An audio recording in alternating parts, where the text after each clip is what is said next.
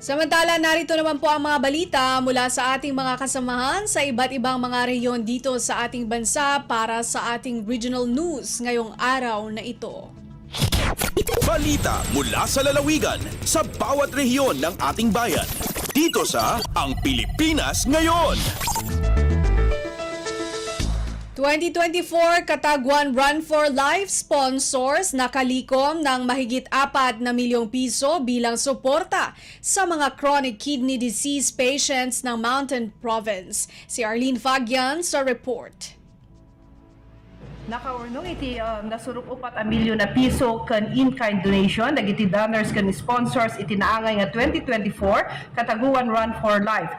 Iti katad kan donasyon kat naitad kadagiti beneficiaryo kakaro dagiti dialysis patient nga CKD. Ti okasyon kat nang rugi babaw iti motorcade manipod open gym iti Bontok. Agturong dayto iti Kalimbatawa Eco Park itutukan Surbaoko Mountain Province nga isuti nakaangayan iti programa. Iti biyang dagiti organizer a pamilya ni Maximo B. Dalug Foundation Incorporated, inibkas ni Congressman Maximo Y. Dalug Jr. iti naimpuswan na panagyaman na iti kinaparabor. Ngayon pakita dagiti amin nga nagdonar, nag-sponsor, amin nga nag-organisa kan komunidad anang pabaligi iti nasaw nga Kataguan Run for Life. Dayawat karud iti gatad nga 4,264,000 pesos kadagiti dialysis patient organization iti Mountain Province tapno makatulong daytoy kadakwada. Manipod iti Bontok, Arlene Fagian para iti RP World Service. Balita mula sa lalawigan sa bawat rehiyon ng ating bayan. Dito sa Ang Pilipinas Ngayon. Maraming salamat, Arlene Fagian. Mahigit 1,400 agrarian reform beneficiaries ng Cordillera Administrative Region o CAR nagbenepisyo mula sa New Agrarian Emancipation Act. May ulat si Amelia Bumatnong ng RP Tabuk. Nasurok 1,400 nga agrarian reform beneficiaries iti Cordillera Administrative Region iti nagdumar iti New Agrarian Emancipation Act kalpasan nga imawat dagito iti Certificate of Condonation and Release of Mortgage wenno COCROM kabayatan iti region-wide distribution iti Department of Agrarian Reform iti December 6, 2024 sa Jekalinga Sports Center. 915 kadagitoy ket benepisyaryo manipot ti probinsya Akalinga nga isu iti kaduan bayat ana benepisyaran iti 238 ARBs iti Ifugao, 211 ti Apayao, 21 ti Abra ken Benguet, ken 15 iti Mountain Province.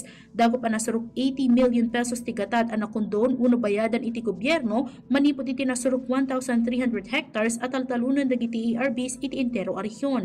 Sigon kini Regional Director Samuel Solomero iti DARCAR, tinasao nga Certificate of Condonation iti mangpanagnek ngawan iti bayadan dagiti ARBs karaman principal, interest, penalties ken surcharges ang naka-attach ijay daga at taltalunan da manipod iti Comprehensive Agrarian Reform Program MONOCARP iti ahensya. Manipod DZRK Tabuk, Amelia Bumatong, Radyo Pilipinas, World Service.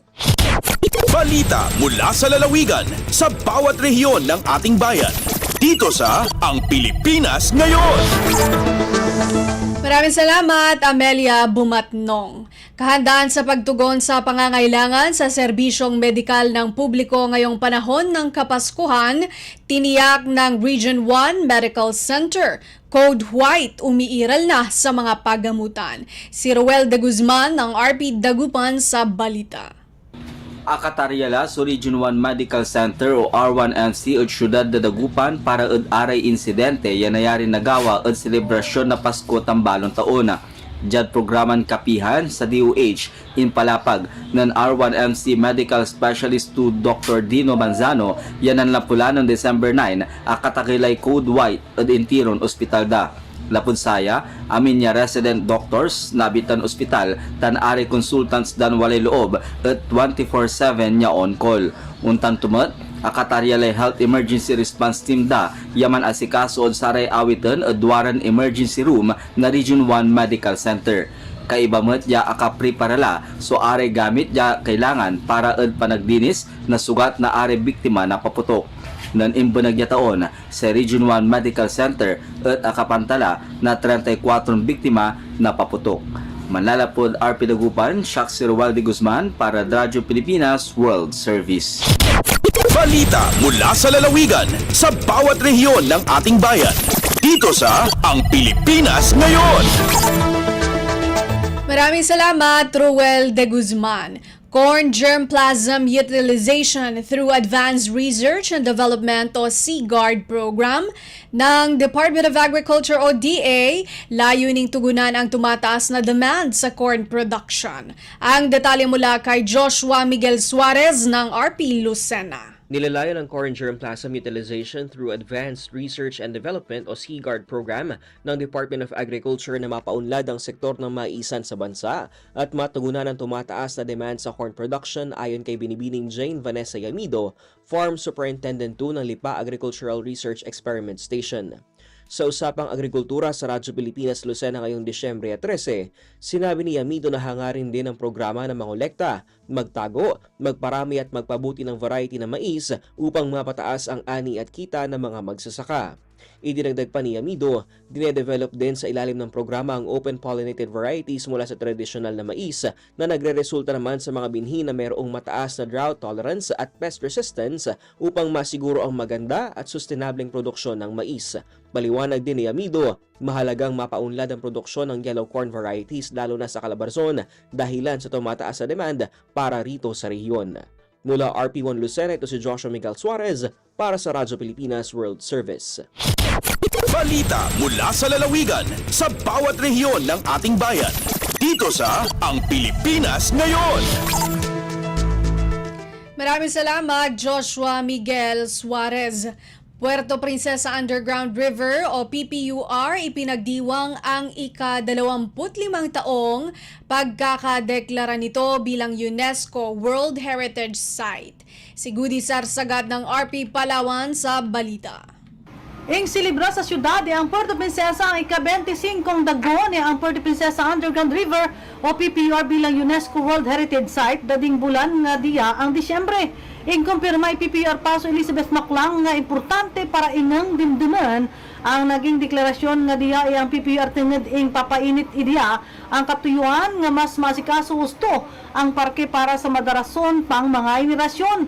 Dading dagon na diya makuntana ay nilimasan da ka personalidad nga ing dawatan ipagkilala nga matutumod nga nakabibilig nga mga stakeholders si ang pamosong underground river sa syudad. Kabilang sa ing paabutan idingad-tingad sa andang mga kontribusyon para sa parke ay sanda Attorney Griselda Jerty Mayo Anda sa anang environmental advocates. Dating miyembro ng Konseho Matthew Mendoza nga mamang mibuat para magkatiner i-Presidential Proclamation 816 na mamang PPUR Day. Pangatlo sa ingtawan pagkilala ay si Romeo Camacho bilang miyembro ang Protection Area Management Board of PAMBI at si June Tapalla. Panglima ay si Teresita E.C. Austria nga maman ang panghuna sa pagpundar mga proyekto kabilang ang Sabang Ferry Multipurpose Cooperative. Ing buwat ang naging selebrasyon nga diya sa Princesa Garden Island Resort nga ing pangunan PPUR Paso Elizabeth Maclang, Mayor Lucille Bayron at mga opisyal nga aga kakasakop sa parke. Alindigis sa Puerto Princesa City, Palawan, Gudi Sarsagat para sa Radyo Pilipinas World Service. Balita mula sa lalawigan sa bawat rehiyon ng ating bayan. Dito sa Ang Pilipinas Ngayon. Maraming salamat, Gudi Sarsagat. Philippine Statistics Authority o PSA Samar kinilala ang top 10 outstanding local civil registry offices o LCROS sa probinsya para sa taong 2024. Narito si Charmaine Perito ng RPE Calbayog. Sa gindumara nga year-end assessment ug strategic planning workshop para sa Birth Registration Assistance Project ug Philippine Identification System focal persons ginkilala sa Philippine Statistics Authority PSA Samar ang top 10 local civil registry offices LCROs tungod sa era outstanding performance yan ang tuig 2024. Ang awarded LCROs mao ang San Jorge, Calbayog City, Villarreal, San Jose de Buan, Santa Margarita, Paranas, Basay, Pagsanghan, Santa Rita ug Catbalogan City. Sa nasabing nga pagkilala, napakita nga komitibo ang lokal nga mga opisina sa pagpauswag sa mga serbisyo sa birth registration ngan pagsiguro sa mas maupay nga access sa mga residente sa civil registration documents. Gintagan doon sa PSA ang importansya sa padayon nga kolaborasyon sa pagpauswag sa pagpadangat mga serbisyo sa gobyerno ngan pagsiguro sa epesyente nga pagpatuman National Identification System sa probinsya. Tikang sa Radyo Pilipinas Calbayog, Charmaine Perito para sa Radyo Pilipinas World Service. Balita mula sa lalawigan sa bawat rehiyon ng ating bayan. Dito sa Ang Pilipinas Ngayon. Maraming salamat, Charmaine Perito. Surigao del Sur Philippine National Police o PNP nakalatag na ang deployment plan kaugnay sa pagdiriwang ng Kapaskuhan hanggang sa bagong taon. Mag-uulad si Nerissa Espinosa ng RP Tandag. Nakahanay na ang deployment plan sa Surigao del Sur Police Provincial Office alang nining pagsaulog sa Pasko hangtod na sa pagsugat sa bagong tuig. Kinang gipamahayag ni Police Colonel Harry Domingo, Provincial Director. Sumala pa niya nga gipahimutang na ang mga kapulisan sa mga lugar kundiin ubay-ubay ang mga tao sama sa mga simbahan, mga parks, terminals, commercial centers, tourist destinations ug mga nag-unang kadalanan. Dugang pa ni Colonel Domingo nga sa kasamtangan naghulat na lamang sila sa dugang nga direktiba gikan sa PNP headquarters ilabi na kalabot sa indiscriminate firing. Kalabot gihapon sa seguridad, wala na itugot nga mag-file sa ilang leave of absence ang kapulisan sugod sa Disyembre 15. Gikan sa RP Tandag, kini si Nerissa Espinosa alang sa Radyo Pilipinas World Service. Balita mula sa lalawigan sa bawat rehiyon ng ating bayan. Dito sa Ang Pilipinas Ngayon. Maraming salamat, Nerissa Espinosa. Gun-free at peace-centered community itinuturing na malaking tagumpay ng 1101st Brigade. Balitang hatid ni Eloisa Mohamad ng RP Holo. Masihing pagmatuyo sa 1101st Infantry Garandilan Brigade asupay kakanapan pa ang mga kauman na iba na barangay hikapamong gun-free iban peace-centered community.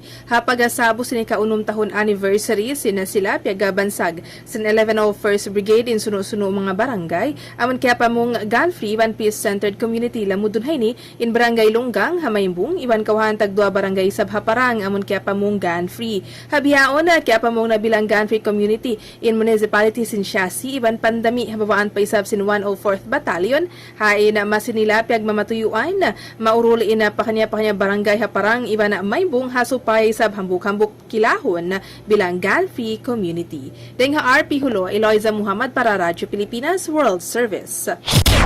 Balita mula sa lalawigan sa bawat rehiyon ng ating bayan. Dito sa Ang Pilipinas Ngayon. Maraming salamat, Eloisa Mohamad. Narinig po ninyo ang mga balita mula po sa iba't ibang lalawigan dito sa Pilipinas sa pamamagitan po ng ating regional news.